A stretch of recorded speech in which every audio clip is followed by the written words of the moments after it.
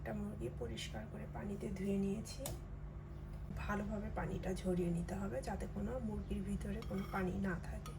এখন এর মধ্যে আমি দিয়ে দিচ্ছি টক দই, রসুন বাটা, আদা বাটা, হলুদের গুঁড়া, ধনিয়ার গুঁড়া, মরিচের গুঁড়া, দিয়ে দিলাম লবণ, দিলাম লেবু রস।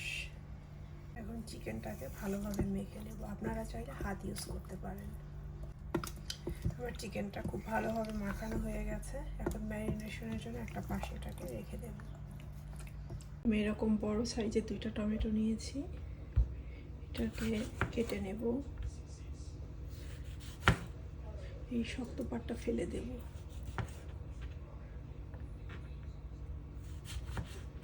আর এখানে যে বিচিগুলো আছে এটা আমি নেব না, এটা আমি ওই সালাদে আলাদাভাবে ইউজ করব, কিন্তু পেস্ট করার জন্য এটা আমি ইউজ করব না। এটা ইউজ করলে যেটা হবে, পেস্টটা অনেক লিকুইড হয়ে যাবে।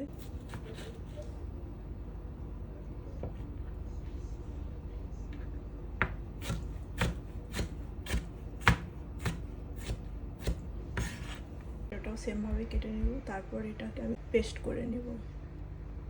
চুলোয় মিডিয়াম আছে একটা প্যান বসিয়ে দিয়ে সেটা গরম করে নিয়েছি। এর মধ্যে দিয়ে দিলাম তেল। এখন এই পেঁয়াজ কুচিটাকে আমি লাইট ব্রাউন করে ভেজে নেব। পেঁয়াজটা এখন লাইট ব্রাউন হয়ে গেছে। এর মধ্যে দিয়ে দিচ্ছি ক্যাশু নাট।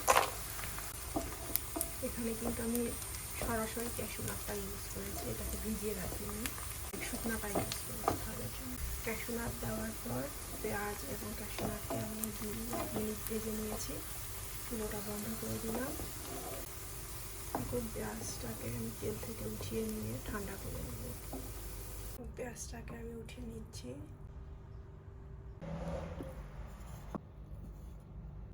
পেঁয়াজটাকে আমি পুরোপুরি ঠান্ডা করে নিয়ে তারপর পেস্ট করি। পেঁয়াজ ভাজার পর প্যানে যে তেল ছিল আমি সেই তেলেই চিকেনটাকে এখন ভেজে নেব। দিয়ে দিলাম ম্যারিনেটেড চিকেন। চুলোর আঁচটা আমি মিডিয়ামে রেখেছি। এখানে আমি একসাথে বেশি করে চিকেন দিব না, এতে করে যেটা হবে চিকেন থেকে পানি ছেড়ে যাবে এবং তখন চিকেনটা ভালোভাবে ফ্রাই হবে না। তো এটা ভাজতে একটু সময় লাগবে, তখন পুরো কুক হয়ে যাবে। চিকেনগুলোকে আমি পুরোপুরি কুক করবো না, এটা 50% কুক হবে। আর এক একটা সাইড আমি 3 থেকে 4 মিনিট করে কুক করে নেব। চিকেনগুলোকে যতটা সম্ভব ঘুরিয়ে ঘুরিয়ে ভেজে নেওয়ার চেষ্টা করবো। চিকেনগুলো হয়ে গেছে।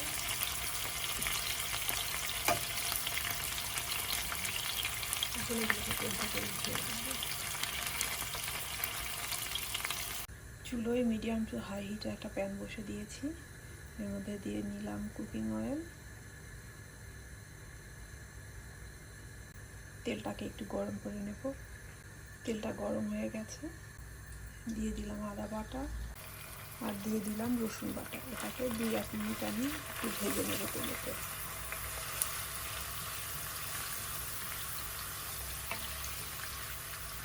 ভাজা হয়ে গেছে। এখন এর মধ্যে দিয়ে দিলাম টমেটো।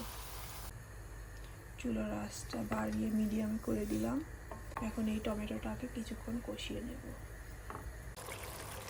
প্রায় 5-7 মিনিট টমেটোটাকে ভুনা করার পর এটা তেল থেকে আলাদা হয়ে গেছে।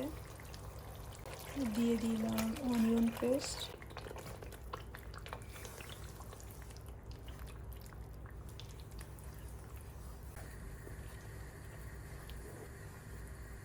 এর মধ্যে দিয়ে দিলাম কোরিয়ান্ডার পাউডার, জিরা পাউডার, হলুদের গুঁড়া, কাশ্মীরি রেড চিলি, দিয়ে দিলাম লাল মরিচের গুঁড়া আর দিয়ে দিলাম লবণ। সবগুলোকে একটু ভুনা করে নেব। এখন প্রায় 5-7 মিনিট কুক করার পর তেলটা আলাদা হয়ে গেছে মশলা থেকে। আমার কষানো হয়ে গেছে। এর এর মধ্যে এখন দিয়ে দিব দই। দইটাকে আমি 1 টেবিল চামচ পানি দিয়ে ফেটে নিয়েছি। এতে করে যেটা হবে, দই তরকারিতে দেওয়ার পর এটা ফেটে ছাড়া হয়ে যাবে না। মিশিয়ে দিলাম। আপনারা চাইলে এই রেসিপিতে দইয়ের পরিবর্তে দুধ অথবা ফ্রেশ ক্রিমটাও ইউজ করতে পারেন।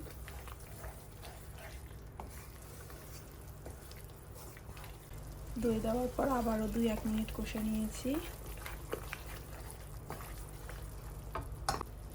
এখন এর মধ্যে দিয়ে দিচ্ছি ভেজে রাখা চিকেন।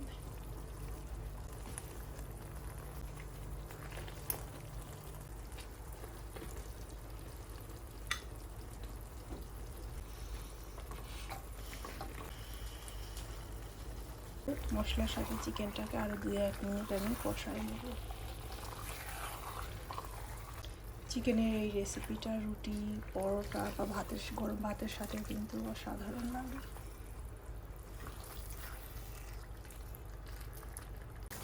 প্রায় 4-5 মিনিট আমি মাংসটাকে কষিয়ে নিয়েছি। মশলা থেকে তেলটা পুরোই আলাদা হয়ে গেছে। এই মাংসটা রান্না করতে কিন্তু কোনো ধরনের ঢাকনা দেওয়ার প্রয়োজন নেই। এটা ঢাকনা না দিয়েই রান্না করতে হবে। এখন এর মধ্যে দিয়ে দিলাম পানি।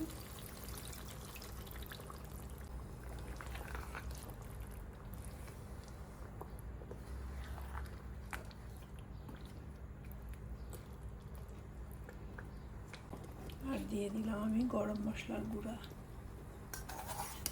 এই গরম মশলার গুঁড়াতে আমি কি মশলা ইউজ করেছি সেটা ভিডিও ডেসক্রিপশনে দেওয়া থাকবে, আপনারা চাইলে দেখে নিতে পারেন।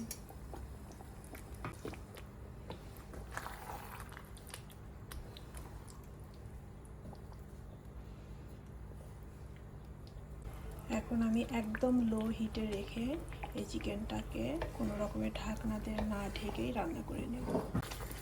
আর একটু পর এভাবে নেড়ে দিতে হবে, আদারওয়াইজ নিচে পুড়ে যেতে পারে। এ পর্যায়ে অবশ্যই লবণ আর ঝালটা চেক করে নিতে হবে। প্রায় 20 মিনিট আমি কুক করে নিয়েছি। আর ঘন ঘন নেড়ে দিতে হবে চিকেনটাকে, আদারওয়াইজ কিন্তু এটা নিচে পুড়ে যাওয়ার সম্ভাবনা থাকে। চিকেনটা হয়ে গেছে।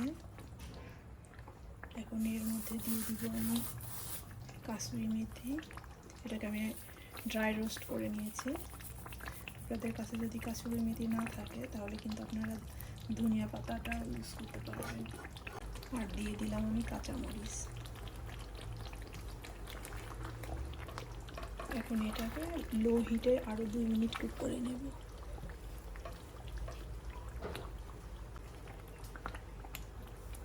দুই মিনিট হয়ে গেছে, চুলাটা বন্ধ করে দিলাম। চিকেনের এই রেসিপিটা কিন্তু ভাত, রুটি বা পরোটার সাথে খাওয়া যায়। বেশি ভালো লাগে রুটি পরোটার সাথে। আমার রেসিপি যদি ভালো লেগে থাকে তাহলে অবশ্যই সেটা বাসায় ট্রাই করবেন এবং আপনাদের ফ্রেন্ডস অ্যান্ড ফ্যামিলির সাথে শেয়ার করবেন। সবাই অনেক ভালো থাকবেন, সুস্থ থাকবেন। আল্লাহ হাফিজ।